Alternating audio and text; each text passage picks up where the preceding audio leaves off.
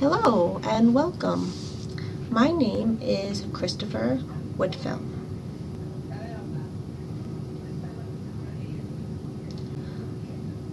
I currently work at the Helen Keller National Center located in Sands Point, New York.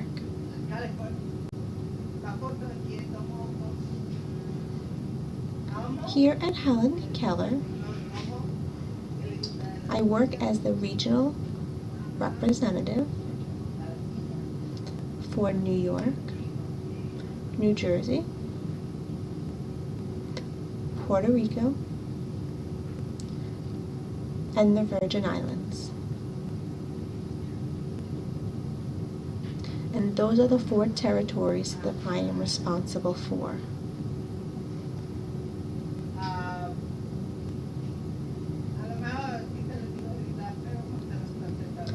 For my job, I travel all over the 4 areas that I am responsible for. I go around and meet with a various amount of different deaf-blind individuals. I work with a range of people starting at the age of 15 through all the way through adult life.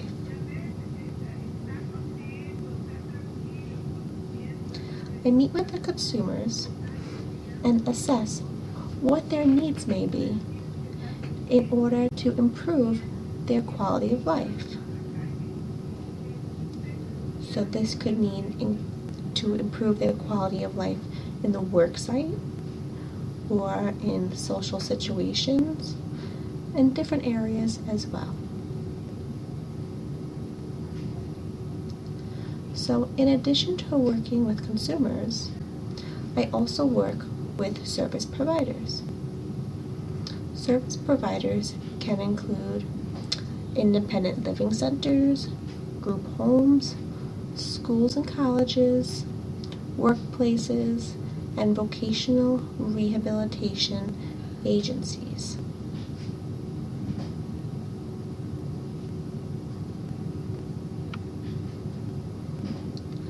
I work with all of these different service providers so that we can be able to work together and train the individuals who are deaf-blind.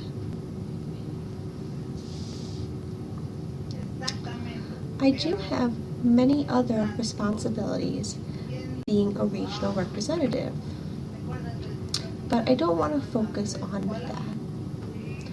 I do want you to know that I have worked as the regional representative for the past 2 years. Prior to working at the Helen Keller National Center, I was a transition teacher for 13 years at the Wisconsin School for the Deaf.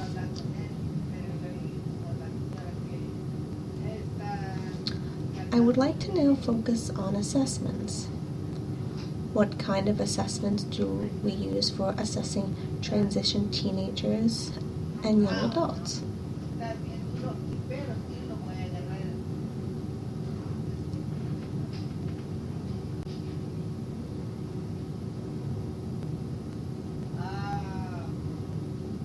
The assessments I typically do are informal, but on occasion I have conducted a few formal assessments.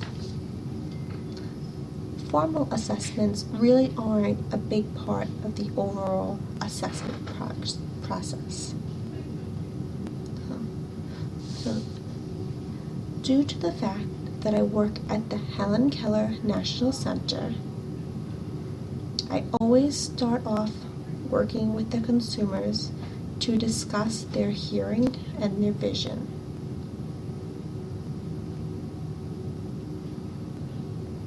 So when I assess a consumer, I like to request a copy of their audiogram for their hearing, as well as an ophthalmology report for their vision.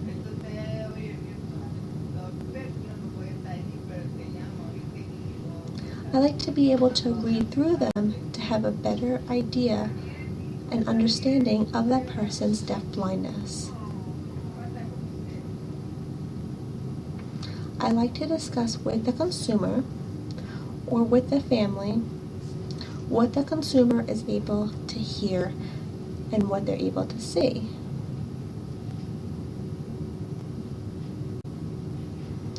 I avoid asking what they can't see and what they can't hear because I don't want the conversation to become negative.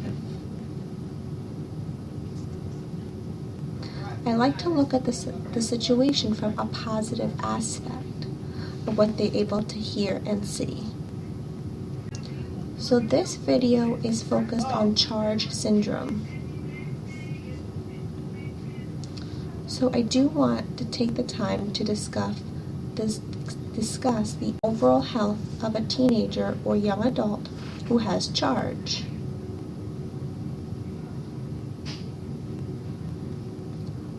Often, when a teenager has charge syndrome, they have other health problems that show up through their childhood. I don't really want to go in depth about those health problems a person could have because of charge, but I would like you to be aware that there are many challenges that could affect the assessment process. During the assessment, I don't need any medical records for the consumer. It's more of a conversation between the consumer, their family, and myself. Another important part of the assessment is the communication. So what that means is we need to know what the consumer's communication method is, what their mode of communication is that they prefer to use. So for example, they could be oral and use spoken English, or they could prefer to use a pen and paper and write back and forth. They may need supports during their spoken time. They could also be an American Sign Language user. They could use Signed Exact English, also known as SEE, cute speech, and other forms of communication. It's very important to know the consumer's language and their preferred mode of communication.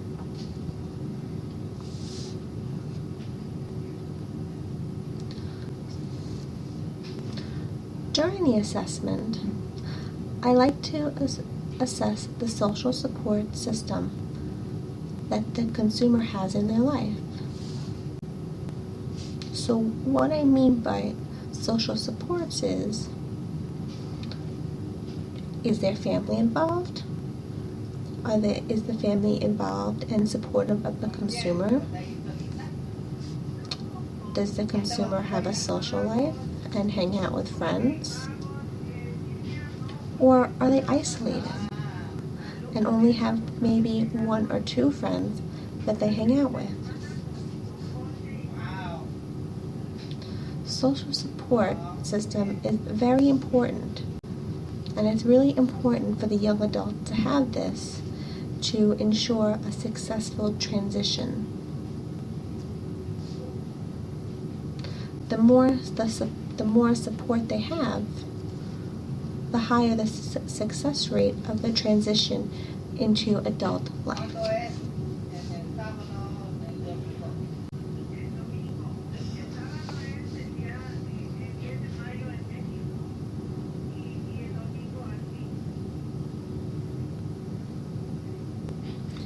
So the last part of the assessment, I like to focus on their future plans.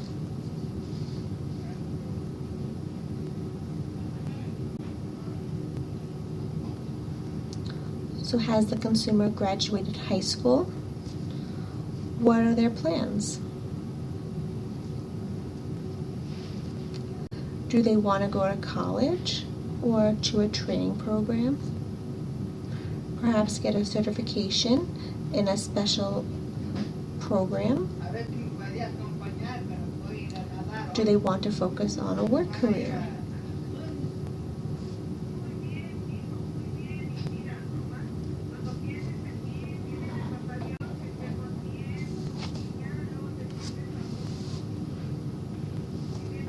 There are many ideas that are discussed between the consumer and myself, and I'd just like to get an idea of what their plans are for after graduation. So as a regional representative, I don't focus too heavily on the work aspect of a consumer's life. What do they want to do with their life? Do they have a career path picked out? It's a conversation I like to have with the consumer. I don't want to feel like it's an interview because that's really not my goal. If I ask a consumer what their plans are, but they aren't sure, that's fine. I will ask what their interests and hobbies are so that we can narrow it down to possible interests for the future. Sometimes the consumers know exactly what they want to do in the future, so that I need to know if the consumer knows what it will involve. Do they know what the job requirements are for that, what they want to do? Do you need a college degree for that? Do you have to have a specific skill set? Will any specific modifications or accommodations be necessary to ensure the consumer can do their job successfully?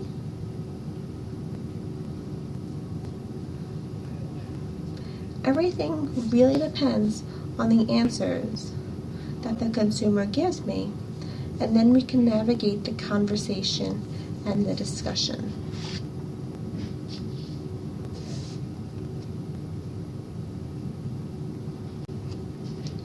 Another important topic to discuss is the personal preference for where the consumer wants to live after graduating high school. Do they want to continue living at home with their families? Do they want to live on their own, perhaps in an apartment? Do they want to live in a group home or an assisted living facility? Or perhaps move into an apartment and have a personal care assistant involved? These are important questions to ask the consumer so they can better plan for the future.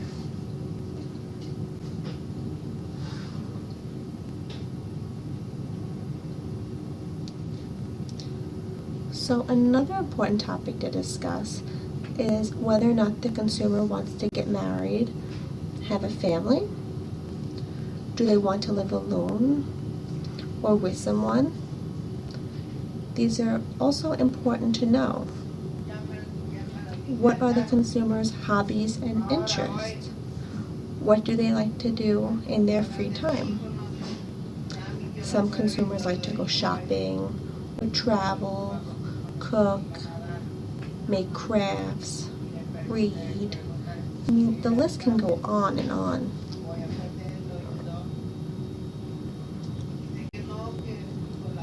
So typically, going back with the discussions, it takes about between 2 and 3 hours to touch base on all the different topics that I have previously mentioned.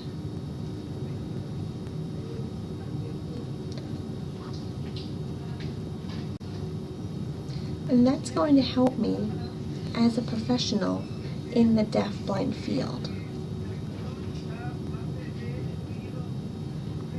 It's important to develop a successful plan for the young adult to transition to the rest of their life.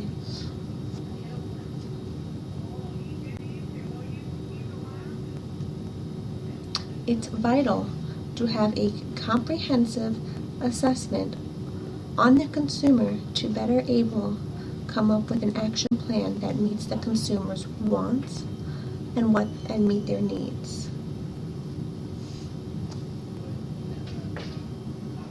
I think it's important for the parents to be involved in the assessment process because they can add a lot of knowledge, feedback, as well as support.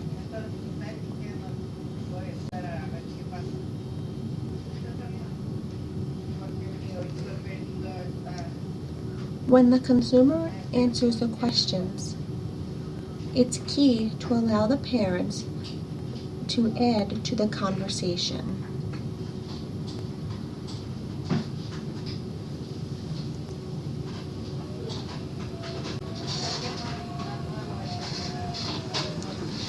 When the consumer is answering the questions, parents don't want to take over and speak for the child, but empower and support their child.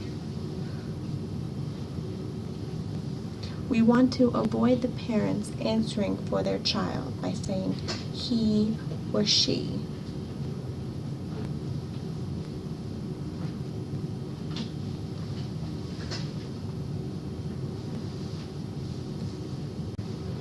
It would be nice and helpful if the parents could have a copy of the audiogram as well as the ophthalmology report so that it's present at the assessment and we can refer back to it for reports.